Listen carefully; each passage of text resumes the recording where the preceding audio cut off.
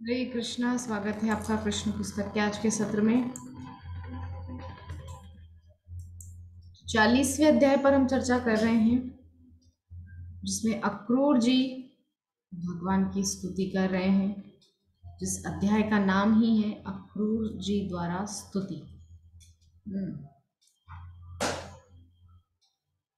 तो अलग अलग तरीके से भगवान की स्तुति कर रहे हैं। अब तक जिस पर हम चर्चा किए हैं उसमें अक्रूर जी भगवान की स्तुति किए हैं कि जो भगवान हैं वो सबके मूल हैं। देवी देवता यक्ष किन्नर गंधर्व सब कुछ की उत्पत्ति भगवान से ही हुई है, ऐसा अक्रूर जी जो है अपनी स्तुति की शुरुआत में बोल रहे थे। तो आगे वे चर्चा कर रहे थे कि देवी देवताओं के जो उपासक हैं, वो यद्यपि देवी देवताओं की उपासना करते हैं, लेकिन वो जो कुछ भी समर्पित करते हैं, भाव सामग्री, वो सब कुछ आता आपके ही पास है। वो इनडायरेक्टली वो आपकी ही उपासना कर रहे हैं। और इन सभी मुद्दों पर हम चर्चा कर चुके हैं। आगे अक्रूर जी कह रहे हैं कि वैदिक सिद्धांत के अनुसार जब कोई उपासक किसी देवता विशेष की पूजा करता है तो कुछ अनुष्ठान वह यज्ञेश्वर नारायण के लिए भी संपादित करता है। कहने का उनका जो तात्पर्य है अक्रूर जी का, कि वैदिक सिद्धांत के अनुसार जब कोई उपासक किसी देवता विशेष की पूजा करता है तो कुछ अनुष्ठान वह यज्ञेश्वर नारायण के लिए भी संपादित करता है। मतलब अक्रूर जी कह रहे हैं कि जैसे कोई व्यक्ति किसी देवी देवता की उपासना कर रहा है, मान लीजिए कोई इंद्र की उपासना कर रहा है, और इंद्र के लिए वो विशेष पूजा का आयोजन करते हैं, कोई व्यक्ति विशेष, तो वहां पर उस विशेष पूजा में वो क्या करेगा? यज्ञेश्वर, यज्ञेश्वर कौन है? यज्ञेश्वर तो नारायण ही है। हम सब जानते हैं श्रीमद् भागवतम में जो मनु शत्रुपा की जो सबसे बड़ी बेटी है आकुति, 3 कन्याएं हैं और 2 पुत्र हैं, तो 5 संतान हैं, जिनमें सबसे बड़े ज्येष्ठ पुत्र हैं प्रियव्रत और पुत्रियों में ज्येष्ठ है आकुति। तो आकुति जो है, आकुति का विवाह हुआ किसके साथ? रुचि प्रजापति के साथ। और रुचि प्रजापति के साथ विवाह हुआ तो वहां पुत्र रूप में आए भगवान यज्ञ, यज्ञ नारायण के रूप में। आकुति और रुचि प्रजापति के पुत्र हैं यज्ञ। तो यहाँ पर इसको याद, इसको स्मरण, इस प्रसंग में उस का संदर्भ देने का जो तात्पर्य है वो ये है कि भगवान स्वयं यज्ञ हैं। और हम सब जानते हैं जो हमारे वराह भगवान हैं, जो पृथ्वी को समुद्र में, जो पाताल में चली गई थी पृथ्वी, जो जलमग्न हो गई थी पृथ्वी, उसको पुनः स्थापित किया ऊपर ला करके, ऐसे वराह भगवान जो सूकर का अवतार लेकर भगवान आए थे, वराह रूप में जो आए थे, उनको भी यज्ञ नारायण कहा जाता है। उनका भी एक नाम यज्ञ है। दक्षिण भारत के मंदिरों में जो शिल्प कला के बहुत अद्भुत मंदिर होते हैं ना, वहां पर उन मंदिरों में वराह भगवान की मूर्ति जो उभरी हुई रहती है, पत्थर पे उभार के ऐसी मूर्ति बनाई जाती थी, तो वहां पर भगवान को यज्ञ कहा जाता है। तो ये सब कहने का जो तात्पर्य है वो ये है कि चाहे कोई किसी देवी देवता की उपासना करे, क्या कह रहे हैं कि जब कोई उपासक किसी देवता विशेष की पूजा करता है मतलब कोई किसी देवी देवता की पूजा करता है कोई व्यक्ति, तो वहां पर वो क्या करता है, एक अनुष्ठान वो यज्ञेश्वर नारायण के लिए भी संपादित करता है। क्योंकि असल में यज्ञ, हम अभी चर्चा किए, आकुति और रुचि प्रजापति के पुत्र के रूप में यज्ञ भगवान आए स्वयं। तो यज्ञ स्वयं भगवान श्री कृष्ण हैं, स्वयं श्री हरि श्री नारायण हैं, श्री जगदीश्वर हैं। और जो भी यज्ञ में आहुतियां दी जाती हैं, जो हविष्य दिया जाता है, जो होम किया जाता है, जो हविर्भूत किया जाता है, वो असल में पहुंचता भगवान नारायण तक ही है। देवी देवता तो बहाना है, लेकिन असल में वो पहुंचता तो नारायण तक ही है।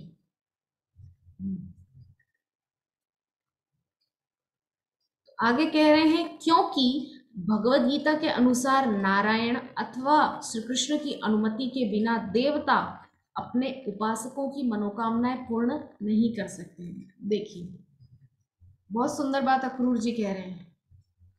इससे समझ में आ जाना चाहिए उन लोगों को जो अब भी देवी देवताओं की उपासना करने में लगे हुए हैं। क्या कह रहे हैं अक्रूर जी? भगवत गीता के अनुसार नारायण अथवा श्री कृष्ण की अनुमति के बिना देवता अपने उपासकों की मनोकामनाएं पूर्ण नहीं कर सकते। अर्थात मान लीजिए मैं किसी एक देवता या देवी की उपासना करती हूँ, तो मैंने कोई मनोकामना अपने जो उपास्य हैं, जो जिनकी मैं उपासना कर रही हूँ, वो उपास्य की से मैंने कोई मनोकामना उनके सामने रखी। तो अब वो जो उपास्य देवी देवता या जो भी है जिनकी मैं उपासना कर रही हूँ, उनको मेरी अपने उपासक की मनोकामना को पूर्ण करने के लिए किसकी अनुमति लेना पड़ेगी? श्री कृष्ण की, नारायण की। तो भगवान की अनुमति के बिना नारायण श्री हरि जगन निवास श्री कृष्ण की अनुमति के बिना देवता भी अपने उपासक की मनोकामनाएं पूर्ण करने में असमर्थ हैं। तो यहां से देवी देवताओं के जो भी उपासक हैं उनको समझ में आ जाना चाहिए कि जो देवी देवता हैं, असल में जो कुछ भी हम उनसे मांग रहे हैं वो इनडायरेक्टली हमको कृष्ण ही दे रहे हैं। यहाँ पर एक उदाहरण से समझते हैं कि एक पार्सल मुझे अपने माता पिता के पास उज्जैन भेजना है, तो वो पार्सल भेज कौन रहा है? मैं भेज रही हूँ अपने माता पिता के लिए। मान लीजिए थोड़ा सा जप माला, कंठी, ये सब मैं जब बैग वगैरह ये सब पैक करके अपना माता पिता के लिए भेज रही हूँ उज्जैन, कि 8 दिन के अंदर अंदर पहुंच जाएगा उन दोनों तक। ठीक है, तो अब मैंने आश्रय लिया, या तो जो डिलीवरी एक होता है, एक कंपनी है, प्राइवेट कंपनी डिलीवरी नाम से, जो पार्सल्स को, जो हमारे हमको कहीं कुछ भेजना होता है तो उसको डिलीवर करते हैं।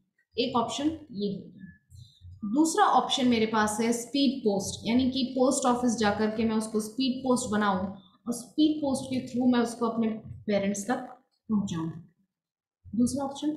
तीसरा ऑप्शन है कि मैं उसको डीटीडीसी के जरिए, डीटीडीसी भी एक प्राइवेट कंपनी है जो इस तरह से कुरियर्स को, पार्सल्स को जो है, कुरियर कंपनी, और कुरियर कंपनी भी एक ऑप्शन है, मधुर कुरियर नाम से जो एक फेमस है, या कोई भी क्षेत्र, अलग अलग रीजन्स के अलग अलग कुरियर कंपनीज होती है, तो बहुत सारे मेरे पास ऑप्शंस हैं।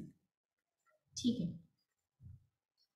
अब मैं किसी एक ऑप्शन को चुन करके, मान लीजिए मैंने स्पीड पोस्ट को चुन लिया। स्पीड पोस्ट में जाकर के मैंने एक रिसिप्ट बनाया, एड्रेस मेरा दिया, एड्रेस जहाँ पहुँचाना है वहाँ का भी दिया, एवरीथिंग मैंने उस पर डिटेल्स भी लिख दिया ताकि कोई कंफ्यूजन ना हो। एड्रेस भी उसमें मैंने पूरा अच्छे से शो कर दिया ताकि जो डिलीवरी बॉय है, डिलीवरी मैन है, उसको कोई कंफ्यूजन ना हो, वो इजीली पहुंच सके, जहां पहुंचाना है मुझे वहां तक वो पहुंच सके। ठीक है, अब मेरे माता पिता को वो जो वस्तु, जो बैग था, जो कुरियर था, जो पार्सल था, वो मिल जाता है। मिलने के बाद अगर वो लोग ये सोचें कि हमको ये कुरियर स्पीड पोस्ट ने लाकर दिया, या स्पीड पोस्ट ने हम तक पहुंचाया, या ये कुरियर हमको स्पीड पोस्ट से आया है, तो ये आधा सच होगा। कैसे? वो कुरियर तो मैंने भेजा है ना, अपने पेरेंट्स के पास भक्ति की सामग्री पहुंचाने के लिए वो कुरियर तो मैंने किया है। स्पीड पोस्ट तो एक माध्यम, एक वहां पर एक मीडियम था, वो एक माध्यम था जिसके थ्रू मैंने वो कुरियर पहुंचा दिया, क्योंकि मैं यहाँ से फेंक करके तो पहुंचा नहीं सकती। ठीक है, इट्स नॉट पॉसिबल, हमारे पास उतनी शक्ति नहीं है। और इतनी दूर से मैं किसी व्यक्ति के भरोसे नहीं रख सकती। जैसे मैं एक बस पे रख दूंगी और बोल दूंगी कि आप जो है जाएंगे 2 दिन बाद उज्जैन, तो ये कुरियर मेरे माता पिता को दे देंगे। पॉसिबल नहीं, क्योंकि ये संभव नहीं, बहुत लंबी दूरी है। ये कहाँ संभव हो पता है? जैसे मेरी माँ मेरी दीदी लोगों के लिए कुछ कुरियर रख देती, क्योंकि वो वहाँ पास में ही है, मेरी दीदी लोग मेरी माँ से 2-3 घंटे की दूरी पर है। मेरी माँ बस पे सामान रख देती है, कुछ भी बच्चों के लिए गिफ्ट्स वगैरह, 2-3 घंटे के बाद बस उनके गांव पहुंच जाती है, मेरी दीदी लोगों के गांव। वो लोग जा करके बस स्टैंड से वो लगेज या जो भी होता है वो पार्सल वो ले लेते हैं, कलेक्ट कर लेते हैं। लेकिन यहाँ से मैं अगर सोचूं कि इस तरह से मैं रख दूं, तो वो पॉसिबल नहीं है, इम्पॉसिबल है। ठीक है, तो समझने वाली जो बात, तथ्य जो हमारे लिए है, वो ये है कि वो कुरियर भेजा मैंने है, स्पीड पोस्ट ने नहीं भेजा। स्पीड पोस्ट एक माध्यम है, एक मीडियम है, मीडिएटर का काम कर रहे हैं। उसी प्रकार से देवी देवताओं के उपासक ये सोचें कि हमको हमारा अभिष्ट या हमारा मनोवांछित फल ये देवी देवता दे रहे हैं, अर्थात मेरे माता पिता सोचें कि हमको ये पोस्ट, ये कुरियर, ये पार्सल स्पीड पोस्ट ने दिया, तो ये आधा सच है। इनफैक्ट ये सच है ही नहीं।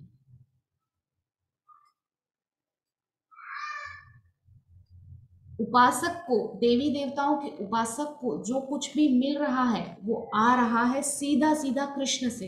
लेकिन कृष्ण क्यों डायरेक्टली नहीं देते? क्योंकि उस व्यक्ति विशेष की आंखों पर अपने उपास्य देवी देवता का जो है चश्मा लगा हुआ है। जैसे मैंने चश्मा लगाया हुआ है, क्योंकि मुझे कंप्यूटर स्क्रीन से प्रॉब्लम होता है। कंप्यूटर स्क्रीन पे मैं 5 मिनट से ज़्यादा देखूंगी तो मेरा आंख भारी होने लगता है, बंद होने लगता है, दर्द होने लगता है। दैट्स व्हाई ये चश्मे मैंने लगा रखे हैं। हालांकि ये प्रभु जी का चश्मा है, धूप छांव के लिए वो लगाते हैं बाहर कहीं जाते हैं तो। ये पावर चश्मा नहीं है, जस्ट ऐसे ही है, सनलाइट में डार्क हो जाता है और वैसे ही शाम के समय वाइट रहते हैं। तो जिस तरह से मैंने ये चश्मा लगाया है, उसी प्रकार से जो देवी देवताओं के उपासक हैं उनके ऊपर अपने उस उपास्य देवी या देवता का चश्मा चढ़ा रहता है। तो उनको यही लगता है कि हमको जो कुछ भी मिल रहा है इस देवी या इस देवता की उपासना से मिल रहा है ना। मान लीजिए मैं अपना उदाहरण देती हूँ कि मैं देवी दुर्गा की उपासना करती हूँ, ठीक है। अब मैंने देवी से मांगा कि हे देवी माँ, फलानी चीज मुझे मिल जाए, अमुक चीज मुझे मिल जाए, तमुक चीज मुझे मिल जाए, ठीक है। तो मुझे वो चीज मिल गई, मान लीजिए एक हफ्ते के अंदर, एक महीने के अंदर वो चीज मुझे यदि मिल गई, तो मुझे क्या लगेगा? और सिर्फ मुझे नहीं, जो भी इस प्रकार से अनुभव कर रहे हैं अपने जीवन में, उनको यही लगेगा कि ओ, देवी माँ से मैंने मांगा था, मिल गया। देखिए कितनी करुणामयी है देवी माँ। यहां मैं देवी माता को नीचा नहीं करना चाह रही हूँ, कृष्ण को ऊंचा उठा के देवी माँ का अपमान नहीं कर रही हूँ। तथ्य को समझना है। तथ्य क्या है, हम थोड़ा और इसको अच्छे से समझते हैं कि मुझे वो इच्छित, जो इच्छा थी, जो मनोवांछा थी, वो वस्तु मुझे देवी माँ से मिल गई। तो मुझे तो यही प्रतीत होने लगेगा कि इस देवी माँ ने मेरी वो इच्छा पूरी कर दी, ठीक है। मुझे यही लगेगा। तो उससे होगा क्या? अब मेरे ऊपर, आंखों के ऊपर चश्मा लग जाएगा। किसका? देवी माँ का, ठीक है। यद्यपि पीछे में कृष्ण है जो मुझे ये सब दे रहे हैं। जैसे वो पार्सल मेरे माता पिता को भेजना, वो सब उदाहरण से हम समझे कि कुरियर भेजा मैंने है, लेकिन स्पीड पोस्ट वहां पे मीडिएटर का काम कर रहा है, माध्यम है। तो समझने वाली बात यह है कि हमारी दृष्टि उस तथ्य को पकड़ रही है या नहीं। मैं कई बार अपने खुद के जीजा जी का उदाहरण देकर के समझा चुकी हूँ कि मेरे जो जीजा जी हैं वो देवी उपासक हैं। तो मेरी माँ ने एक बार उनसे कहा था कि कंवर साहब, हमारे उधर जमाई को कंवर साहब बोला जाता है, कंवर साहब मतलब राजस्थानी में भी बोला जाता है। तो हमारा बहुत निकटस्थ एरिया है, राजस्थान से बहुत लगा हुआ है, ज्यादा दूर नहीं है उज्जैन से राजस्थान। तो और मेरी माँ जहाँ से आती है वो एरिया राजस्थान से बिल्कुल लगा हुआ है, मुश्किल से 1-1.5 घंटे की दूरी पर राजस्थान है वहाँ से, जहाँ से मेरी माँ बिलोंग करती है। तो मेरी माँ, हमारे वहाँ कंवर साहब बोला जाता है दामाद को। तो मेरी माँ ने कहा देखिए कंवर साहब, आप भी कृष्ण की उपासना कीजिए, क्योंकि कृष्ण जो है ना वो परम ईश्वर हैं, उनसे ऊपर कोई नहीं है, उनके बराबर कोई नहीं है। जैसे कि कहा जाता है असमूर्ध्व, अर्थात असम ऊर्ध्व, मतलब भगवान के बराबर कोई नहीं है। असम, सम मतलब बराबर, असम उनके बराबर कोई नहीं है। असम ऊर्ध्व, ऊर्ध्व मतलब ऊपर, उनके बराबर कोई नहीं है, उनसे ऊपर कोई नहीं है। ये है भगवान कृष्ण की स्थिति। कृष्ण को सर्व कारणों के कारण कहा जाता है, लेकिन उनका कारण कोई नहीं है। अभी क्लास शुरू करने से पहले मैं अपना डेली रूटीन का जो श्रीमद् भागवत है मैं वो अध्ययन कर रही थी। 3rd कैंटो मेरा चल रहा है, तृतीय स्कंद चल रहा है। तृतीय स्कंद का 26वां अध्याय, जिसमें भगवान कपिल माता देवहूति को सांख्य सांख्य योग का जो है विस्तार से वर्णन कर रहे हैं। तो वहां पे एक श्लोक में बहुत विस्तार से एक ही चीज का वर्णन है, वो है अनादि। एक ही शब्द पे बहुत बड़ी व्याख्या प्रभुपाद ने तात्पर्य में बहुत बड़ी व्याख्या की है। अनादि, अनादि यानी कि जिसका शुरुआत नहीं है। जिसका शुरुआत नहीं है, तो भगवान का शुरुआत नहीं है, इसीलिए उनका एक नाम है अनादि।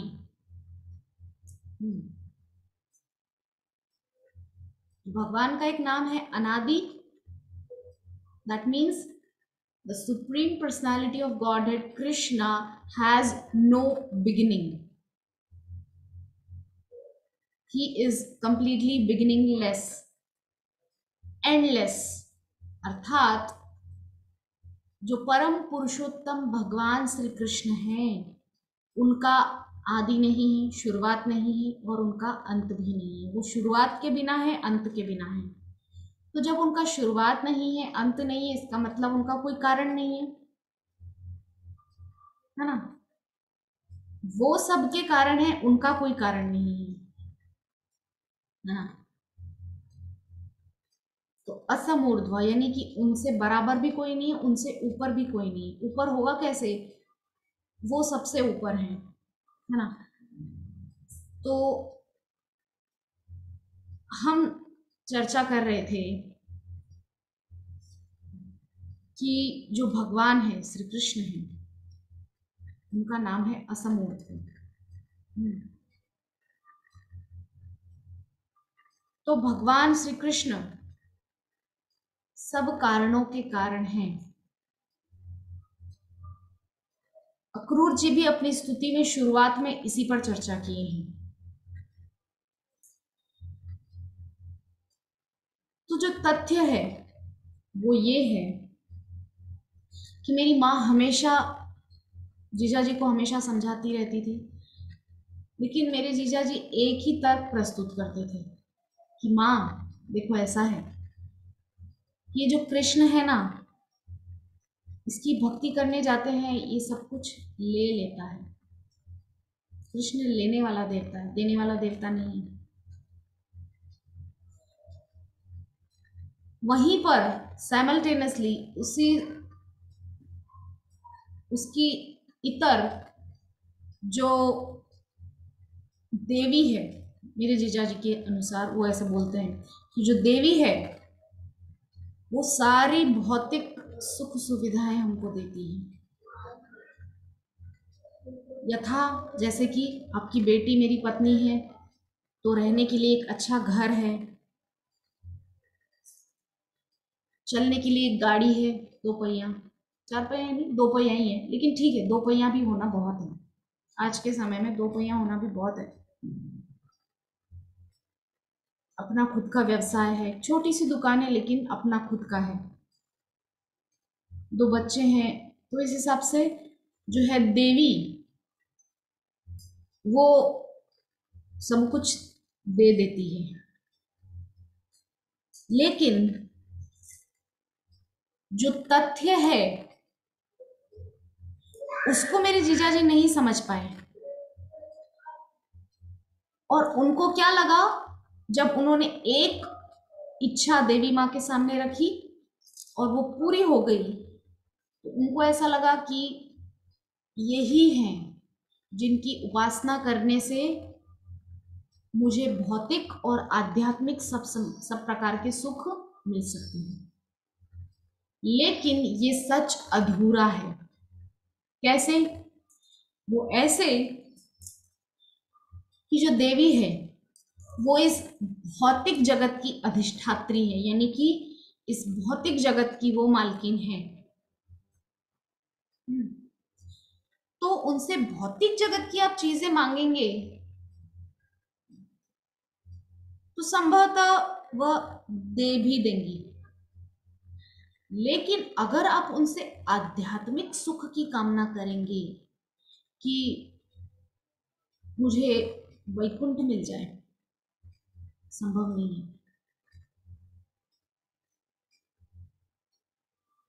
कल या परसों के सत्र में भी चर्चा हुई थी कि शिव जी की उपासना नरसिंह मेहता जी ने इस भावना से की कि मुझे और कुछ नहीं चाहिए, सिर्फ राधा कृष्ण मिलाइए, मुझको और कछु ना चाहिए, मोए राधा कृष्ण मिलाइए।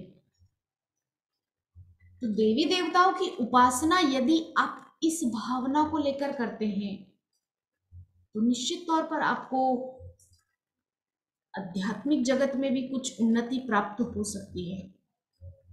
किंतु यदि आप देवी देवताओं को केवल एटीएम कार्ड की तरह यूज करें और उनसे केवल आप भौतिक इच्छाओं की प्राप्ति के लिए प्रार्थना करते रहें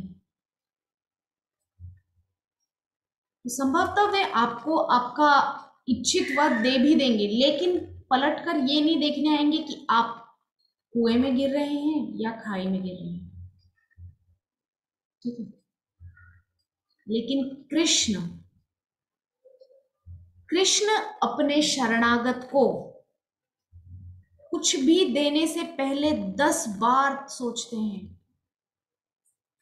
ठीक है। इसीलिए मेरे जीजा जी कहते हैं कि कृष्ण देने वाला देवता नहीं है, वो लेने वाला देवता है।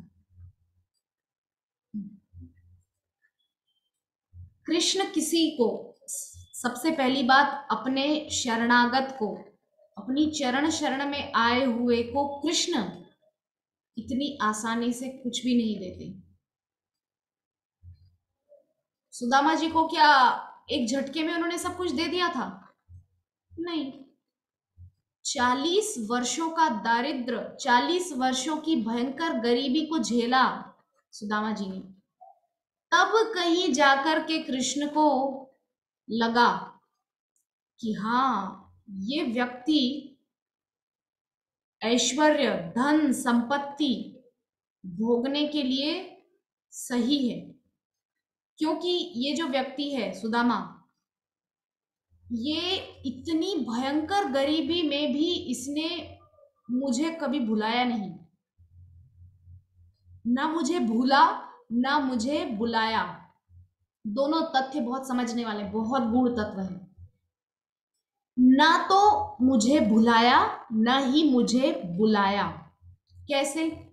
भुलाया नहीं से मतलब कष्ट रहे, लेकिन मुझे भुलाया नहीं कि अरे जब से कृष्ण भक्ति में आया हूं तब से कष्ट ही कष्ट है, हटाओ अलग, अब कृष्ण भक्ति नहीं करनी, अब किसी और देवी देवता को देखते हैं, साईं बाबा को देखते हैं, चलो साईं बाबा की भक्ति करके देखते हैं, शायद कुछ फायदा हो जाए।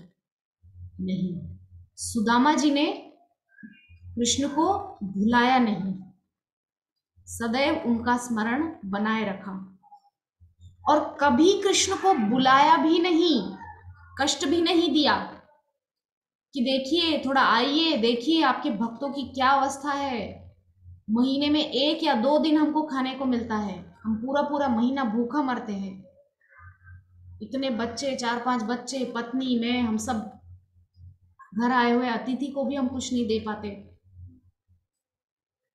तो ना कभी कृष्ण को भुलाया ना कभी कृष्ण को बुलाया। ठीक है। कृष्ण को बुलाया भी नहीं कभी कि तुम आकर के मेरा कष्ट दूर करो, कैसे तुम मेरे भगवान हो। नहीं, कभी कृष्ण को कष्ट नहीं दिया, क्योंकि जो है वो मेरे अपने कर्मों का फल है, ये मान करके सुदामा जी ने उसको सहा और निरंतर कृष्ण से जुड़े रहे, कृष्ण की भक्ति से जुड़े रहे। तो यहाँ पर मेरे कहने का जो तात्पर्य है वो ये है कि हम चर्चा क्या कर रहे थे? हाँ, जो कृष्ण है वो लेने वाला देवता है, देने वाला देवता नहीं है। अर्थात अगर देने वाला देवता होता तो सुदामा जी को 40 वर्षों का भयंकर दारिद्र्य नहीं झेलना पड़ता, है ना। तो जो तथ्य है उसको हम समझ गए कि कृष्ण के उपासक, कृष्ण के भक्त और देवी देवताओं के भक्त, हम पिछले 2 दिन से इसी पर चर्चा कर रहे हैं और आज भी उसी पर, कि कृष्ण के भक्तों और देवी देवताओं के भक्तों के बीच का जो डिफरेंस है, जो अंतर है, उसको हम समझ रहे हैं। तो जो यहां पर अक्रूर जी कह रहे हैं कि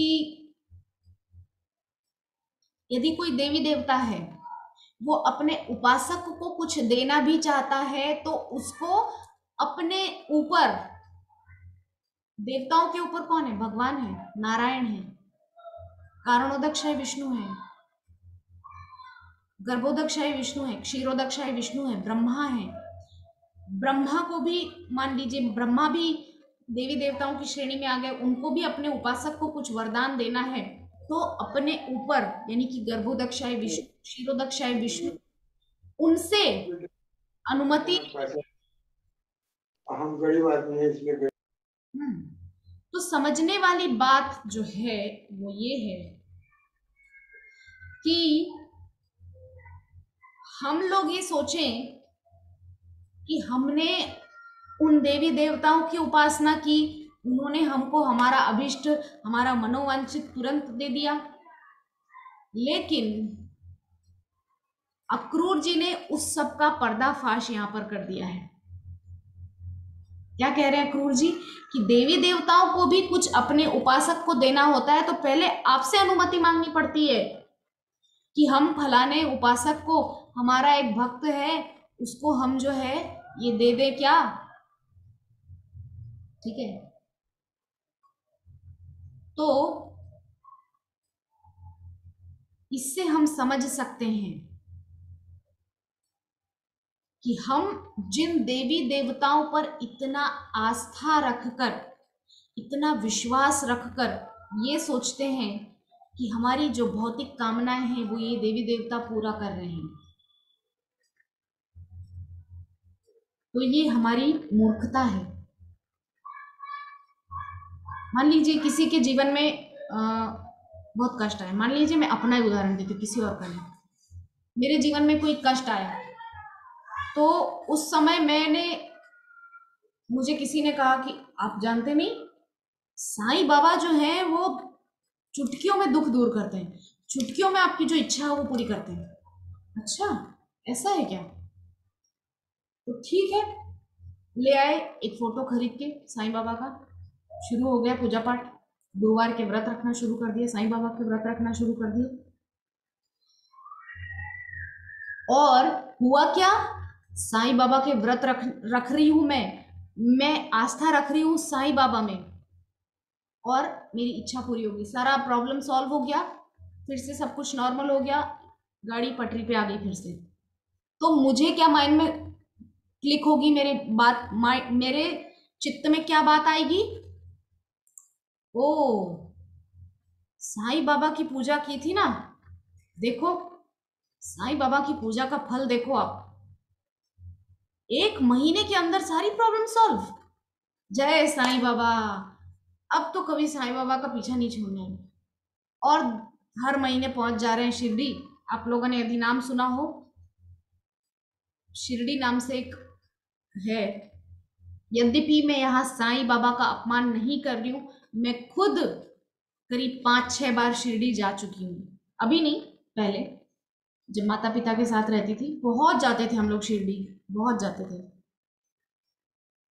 तो कभी भी साईं बाबा ने अपने आप को भगवान घोषित नहीं किया था, ये लोगों की मूर्खता है जो उन्होंने उनको भगवान बना दिया। साईं बाबा ने सबको हमेशा एक ही बात कही थी, सबका मालिक एक, वो स्वयं राम कृष्ण की उपासना करते थे। तो लोग अपनी इच्छा को पूर्ण करने के लिए, अपनी इच्छा को सही साबित करने के लिए वहां पर उनको भगवान बना दिए। ठीक है, वो सब का हमको यहाँ पे डिस्कशन नहीं करना है। हमारा जो मूल विषय है वो ये है कि हमको ऐसा लगता है कि वो देवी देवता हमको कुछ दे रहे हैं, किंतु वो देवी देवता के पीछे कृष्ण ही सब कुछ देने वाले हैं, और वही चीज यहाँ पर अक्रूर जी कह रहे हैं। चलिए हम आगे बढ़ते हैं, वरना अभी मात्र 4 लाइन पर हम चर्चा कर पाए और टाइम पूरा होने वाला है। तो भगवत गीता में प्रयुक्त शब्द है मय्येव विहितान हितान। इसका अर्थ है कि भगवान के द्वारा अधिकार दिए जाने पर ही देवतागण वरदान दे सकते हैं। देखिए अक्रूर जी ने फिर एक पोल खोल दिया है। क्या कह रहे हैं अक्रूर जी? भगवत गीता में इस बात की पुष्टि हुई है कि जो भगवान के द्वारा अधिकार मिले हैं देवताओं को, तभी तो ना वो वरदान दे पाते हैं लोगों को। मान लीजिए मैं किसी कंपनी की मालकिन हूं, ठीक है, और मेरे हाथ के नीचे मेरे अंडर में 5 लोग काम करते हैं। तो उनमें से 5 को मैंने अधिकार दिया कि आप श्रीमान जी जो है फलानी जगह का आप नेतृत्व करेंगे। उस जगह का आपको मैंने अधिकार दिया। वहां से जितने भी लोग जुड़ेंगे फिर वो आपके अंडर में जाएंगे। दूसरे व्यक्ति, आप श्रीमती जी, माता जी, आपको मैं अधिकार देती हूँ उस जगह पर आप जाकर के प्रचार कीजिए, वहां जो भी आएंगे वो आपके अंडर में होंगे। तो यहाँ जो तथ्य हमको समझना है वो ये है कि मैंने उनको अधिकार दिया, तो अधिकार देने के कारण हाँ उन लोगों के अंडर में जो व्यक्ति जुड़े, अब वो लोग उनको जो कुछ देंगे, मतलब मेरे अंडर में जो 5 लोग थे, उन 5 के अंडर में अब और जो लोग जुड़े हैं, उन 5 के अंडर में जो लोग जुड़े हैं उनको जो कुछ देना है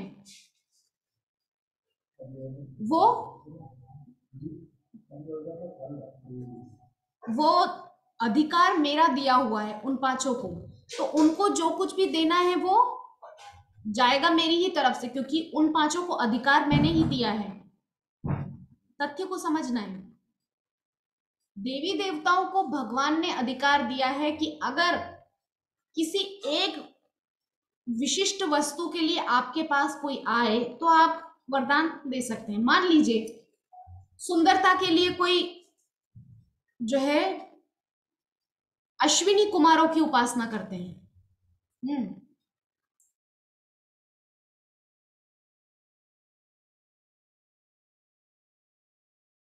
तो मान लीजिए भगवान ने अश्विनी कुमारों को बनाया और अश्विनी कुमारों को बोल दिया कि कोई सुंदरता के लिए आपकी उपासना करेगा तो मैं आपको अधिकार देता हूं, उस व्यक्ति को आप सुंदरता दे दीजिएगा।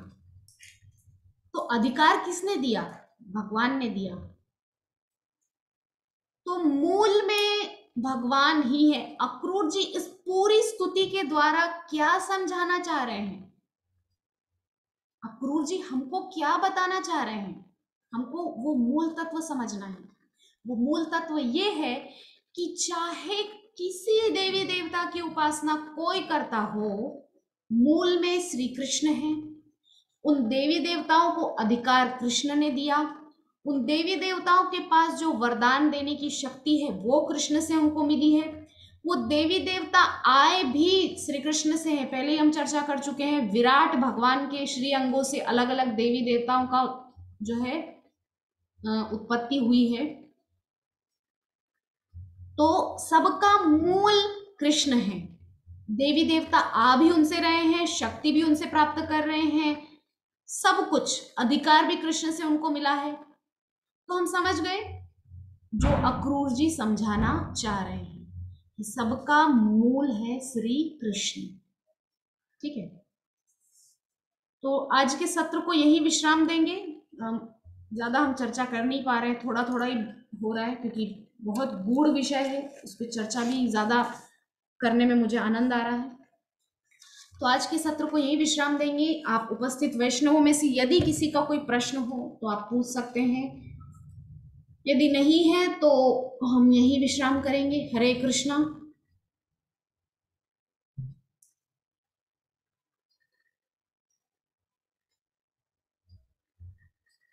हरे कृष्णा।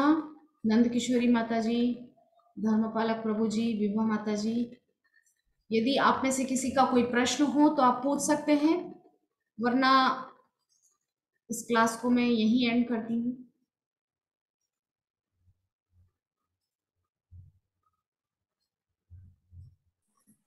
हरे कृष्ण माता जी, दंडवत प्रणाम। जी प्रभु। हाँ, ये